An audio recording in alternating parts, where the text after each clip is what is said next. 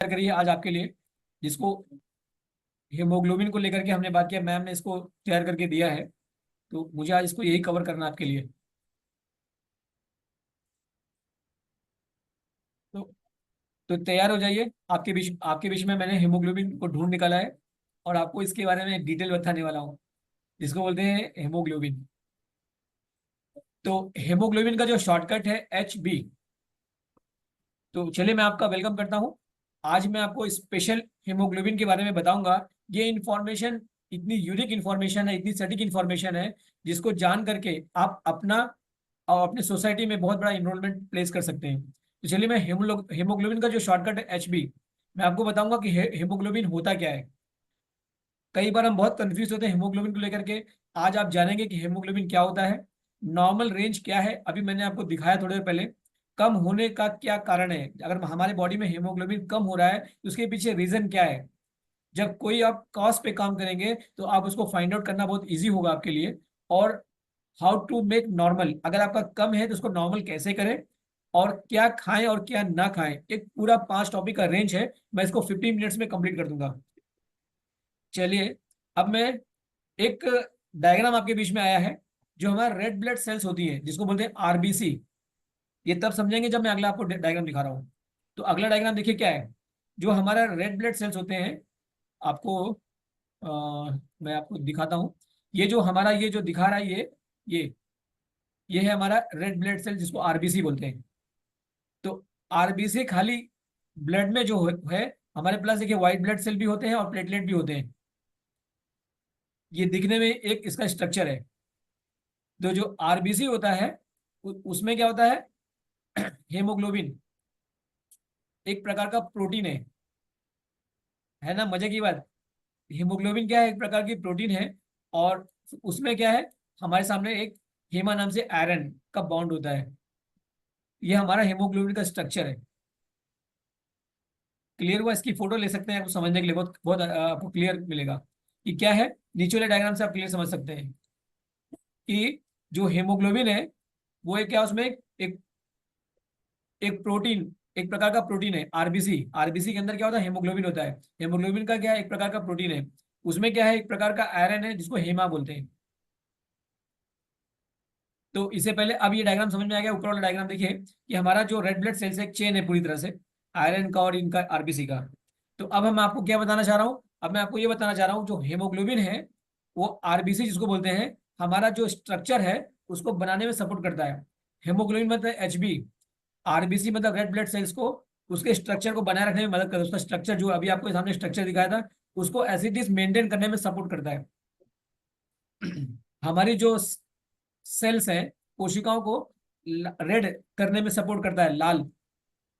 और carbon dioxide और oxygen का ट्रांसपोर्टेशन है। अगर हेमोग्लोबिन का मेन काम क्या है, हमारी पूरी बॉडी पे ऑक्सीजन को ले जाना है, पूरी हर सेल्स पे पहुंचाना। अगर ये सही से पहुंचा नहीं, अगर हमारे बॉडी में सही से ऑक्सीजन पहुंच नहीं पाएगा हर सेल्स पे, हर जगह पे, तो हम पे बहुत सारी प्रॉब्लम आती है।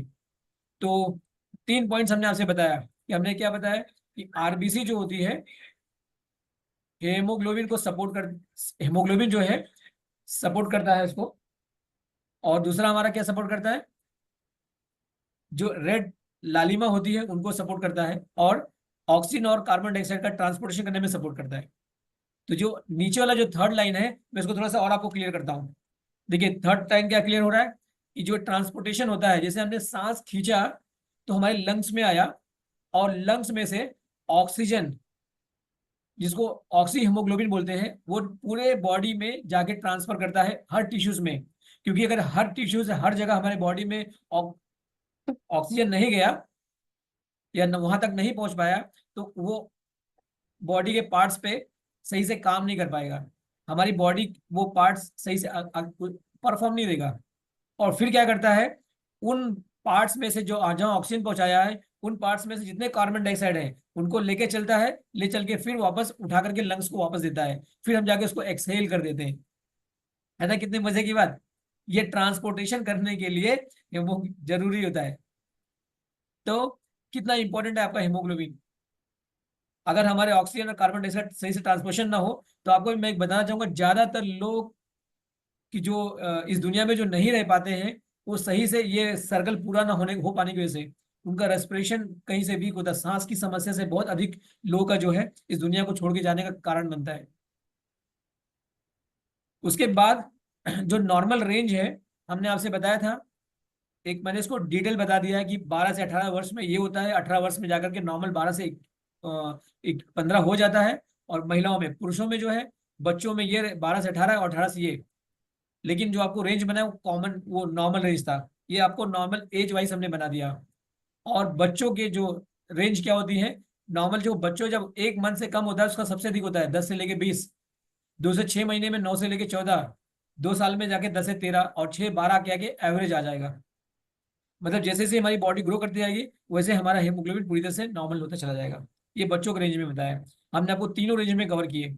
अब उसके बाद में हेमोग्लोबिन जो कम होता है उसके क्या कारण हो सकते हैं। जैसे हमारे बॉडी में अगर हमारा मेजरमेंट किए ब्लड से तो हमारा बॉडी में कम आया, उसका कारण क्या हो सकता है कि जो सुबह से लेकर शाम तक अपने शरीर में आहार जो हम खा रहे हैं, वो अपने आहार में हो सकता है कि हम आयरन कम ले रहे हो, आयरन की चीजें कम खा रहे हो, पहला कारण हो सकता है। दूसरा कारण ये हो सकता है कि आयरन जो है हमने खाया तो, लेकिन हमारी बॉडी में डाइजेस्ट ही नहीं हो रहा है। सच बोलते हैं, आपने खाया तो बहुत कुछ लेकिन आपने पचाया क्या, वो इंपॉर्टेंट है। हो सकता है कि आपकी बॉडी में डाइजेस्ट नहीं हो पा रहा है। दो, तीसरा हो सकता है कि आपका विटामिन B12 कम हो गया हो, जो आपको कम होने की चांसेस बढ़ाता है हीमोग्लोबिन को। चौथा, थायराइड की भी समस्या अगर आपको होगी तभी भी आपका हीमोग्लोबिन कम ही निकलेगा। अगर आपकी प्रेगनेंसी में चल रहे हैं तो आपको हीमोग्लोबिन की और ही जरूरत होती है। अगर आपका MC का समस्या है तो उसमें भी आपको हीमोग्लोबिन आपको कम ही मिलेगा। तो हमने आपको 6 कारण बताए यहाँ पे। इन 6 कारण की वजह से हेमोग्लोबिन कम के कारण थे। मैं और आपको बता रहा हूँ कि और भी कुछ कारण हो सकते हैं। जैसे एग्जांपल के तौर पे क्रॉनिक किडनी बीमारी है तभी भी आपका हेमोग्लोबिन कम आएगा। अगर आपको किडनी संबंधी समस्या है या आपको लीवर संबंधी समस्या है फिर भी आपका कम आएगा। अगर आप कैंसर की स्थिति में आ रहे हैं फिर भी आपका हेमोग्लोबिन कम ही आएगा। या सिलिकल सेल एनीमिया एक नया चीज आई है, इससे भी आपका हेमोग्लोबिन कम होगा। या कोई दुर्घटना हो जाए या कोई चोट लग जाए, ब्लड लॉस हो जाए हमारी बॉडी से, फिर भी हमारा हेमोग्लोबिन कम ही आएगा। या थैलीसीमिया हो गया है तभी भी आपका कम आएगा। मैंने कुल 12 पॉइंट्स दिए हैं जिनकी वजह से हमारे हेमोग्लोबिन बॉडी में कम होने के चांसेस होते हैं, है ना इंपॉर्टेंट पॉइंट। तो इन 12 पॉइंट में से तीन मैं आपको मेन बता रहा हूँ। एक तो हमारे बॉडी से क्या हो रहा है, बॉडी में ब्लड कम हो रहा है, हमारे बॉडी में जो है RBC कम बन रहा है, या कहीं RBC लॉस हो रहा है, या हमारा ब्लड लॉस हो रहा है। जिसके 3 मेन कारण हैं जिसकी वजह से हमारा बॉडी में जो हेमोग्लोबिन कम आता है। तो सिम्टम्स क्या है, कैसे हमें पता चले कि हमारे बॉडी में आयरन कम हो रहा है या मुझे लग रहा है कि मेरे बॉडी में हेमोग्लोबिन कम है। तो क्या सिम्टम्स है, पहला सिम्टम है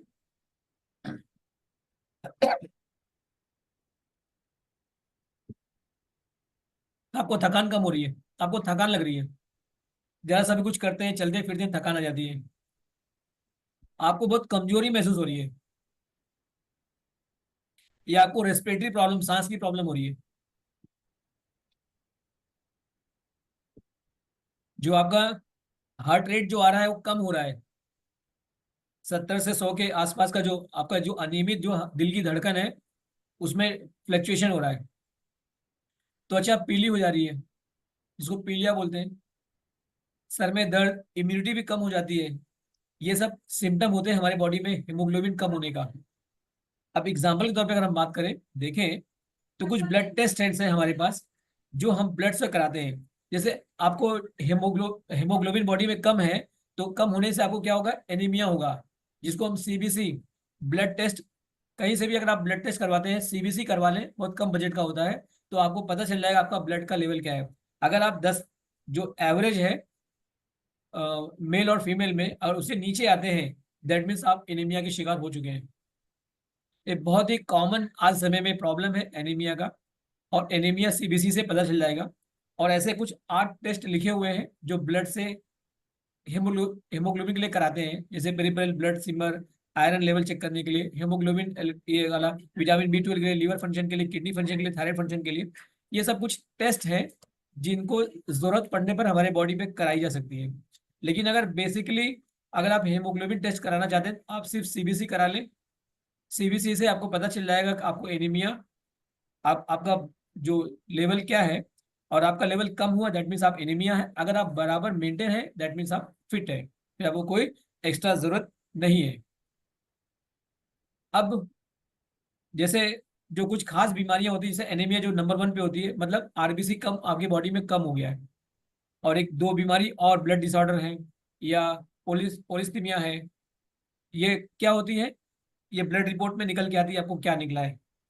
तो ज्यादातर लोग 90% एनीमिया के शिकार होते हैं, बाकी सब आगे पीछे चलता है।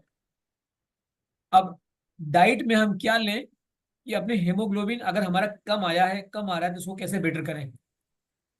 जैसे हरेदार जो पत्तियां वाले सब्जियां अगर हम ले रहे हैं, ग्रीन लीफी वेजिटेबल, खट्टे फल ले रहे हैं, या मांस में जैसे गुर्दा या जिगर किसी का जो आप मांस जब खाते हैं, अगर ये दोनों चीजें हैं तभी भी आपकी बॉडी में हीमोग्लोबिन बढ़ रही है।